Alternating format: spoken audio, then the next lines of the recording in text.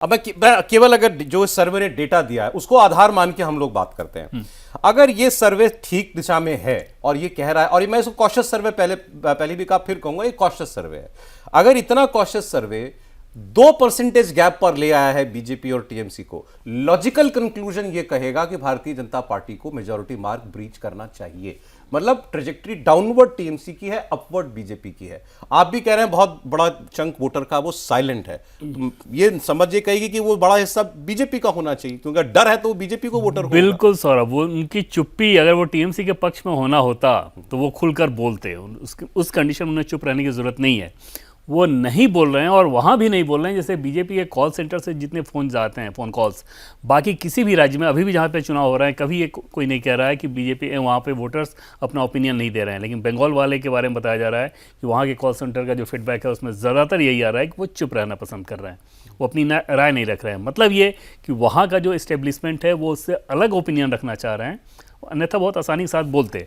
दूसरी चीज़ ये होती है कि कोई अगर नीचे गिरता है तो फिर कितना नीचे गिर सकता है इसका अंदाज़ा नहीं होता है। कोई अगर ऊपर जाना एक बार शुरू हो जाए सही मोमेंटम के साथ, तो फिर कहाँ तक नंबर जाएंगे ये भी अंदाज़ा नहीं होता। फिलहाल स्थिति ये ज़रूर है कि बीजेपी अपवर्ड डायरेक्शन में दिख रही है, वो कोई आंधी तूफान हो ऐसा नहीं है। टीएमसी नीचे जा रही है, वो भी कोई भरभरा के एकदम से गिर रही हो ऐसा नहीं है, लेकिन वो डाउनवर्ड डायरेक्शन है। टीएमसी के लोग भी सौरभ, जो अच्छे नेता जिनको आप जान रहे हैं, क्योंकि ऑफ रिकॉर्ड बातचीत हुई इसलिए मैं नाम नहीं कोट कर रहा हूँ, उनसे भी अगर आप पूछिए कि कितनी सीटें बीजेपी इस इलेक्शन में, तो वो ये कह रहे हैं कि बीजेपी सरकार नहीं बनाएगी, आप लोग चाहे जो सर्वे में है, ये जिस तरह की चीज़ें हैं, टीएमसी के सांसद और अच्छे सांसद।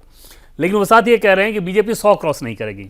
मतलब क्या आप ये मान रहे हो कि पिछले इलेक्शन में बीजेपी 77 पे थी, तो इस बार 100 तक जा सकती है। मतलब एक अपवर्ड डायरेक्शन की तरफ आप इशारा कर रहे हैं। ये टीएमसी भी मान रही है कि बीजेपी भी मान रही है कि हाँ, ऊपर की तरफ जा रही है बीजेपी, और टीएमसी की सीटें कम हो रही हैं।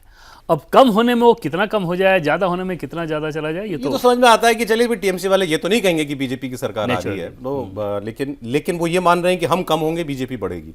बीजेपी मान रही है बिल्कुल आश्वासन, मतलब आश्वस्त होकर कि हम 150 जा रहे हैं, 148 से ऊपर जा रहे हैं। बीजेपी एकदम से ये मान के चल रही है कि हम बहुत अच्छा एक तो चुनाव लड़ रहे हैं, और उन बहुत अच्छा में अगर नंबर्स के हिसाब से बात कर लें तो बीजेपी का आकलन ऐसा है कि 170-172 सीटें ऐसी हैं जिस पर वो बहुत ही विनेबल कंडीशन के हिसाब से चुनाव लड़ रहे हैं। अब उसमें से हालांकि एक बड़ा चैलेंज ये रहता है सौरभ कि अगर आप 170-72 में उतनी मजबूती से लड़ें और उनमें से 148 लाना हो, तो ये भी आसान काम नहीं होता। 1-2% भी वोट इधर उधर हुआ, कुछ गड़बड़ हुआ, कुछ मिसमैनेजमेंट हुआ बूथ पे, तो फिर चीज़ें खराब होती है अगर वोटर्स आपको उतने टर्नआउट ना हो। बाकी 100-125 पे बीजेपी मान रही है, हम गेम में नहीं है या टफ है? बाकी ये मैं वो बता रहा हूँ जो सीधे विनेबल, मतलब ये हमें जीतना ही चाहिए। अच्छा। और बाकी सीटों में अगर 100 से अगर बात कर लें तो लगभग मतलब 116 के आसपास, तो उनमें से 60-70 तो ऐसी है जिस पे बीजेपी सोच भी नहीं रही है कि वो जीतेगी। बाकी सीट भी ऐसी है जिसमें टफ फाइट वगैरह जैसी चीज़ें रहेंगी। खासतौर पर जो मुस्लिम डोमिनेटेड जो सीटें हैं वहाँ पर तो बीजेपी नहीं मान रही।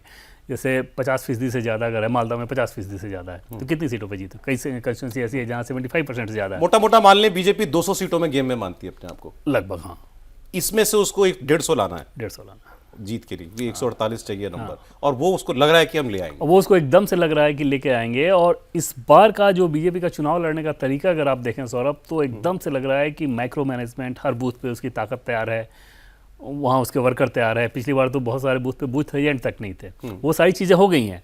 समस्या बीजेपी के लिहाज से अगर देखें तो समस्या ये है कि क्या वोटर्स के अंदर का डर इतना खासतौर पर ग्रामीण इलाकों में ख़त्म हो गया है कि वो टीएमसी के उसकी परवाह किए बिना जाके वोट करें, और क्या वो ये कॉन्फिडेंस में आ गया है कि हाँ बीजेपी की सरकार आ रही है तो हमें डरने की ज़रूरत नहीं। वो एक चीज़ रहेगा। दूसरा, टीएमसी के लिहाज से देखें तो एसआईआर का इम्पैक्ट कितना ज़्यादा पड़ेगा, वो टीएमसी के लिए चैलेंज रहेगा।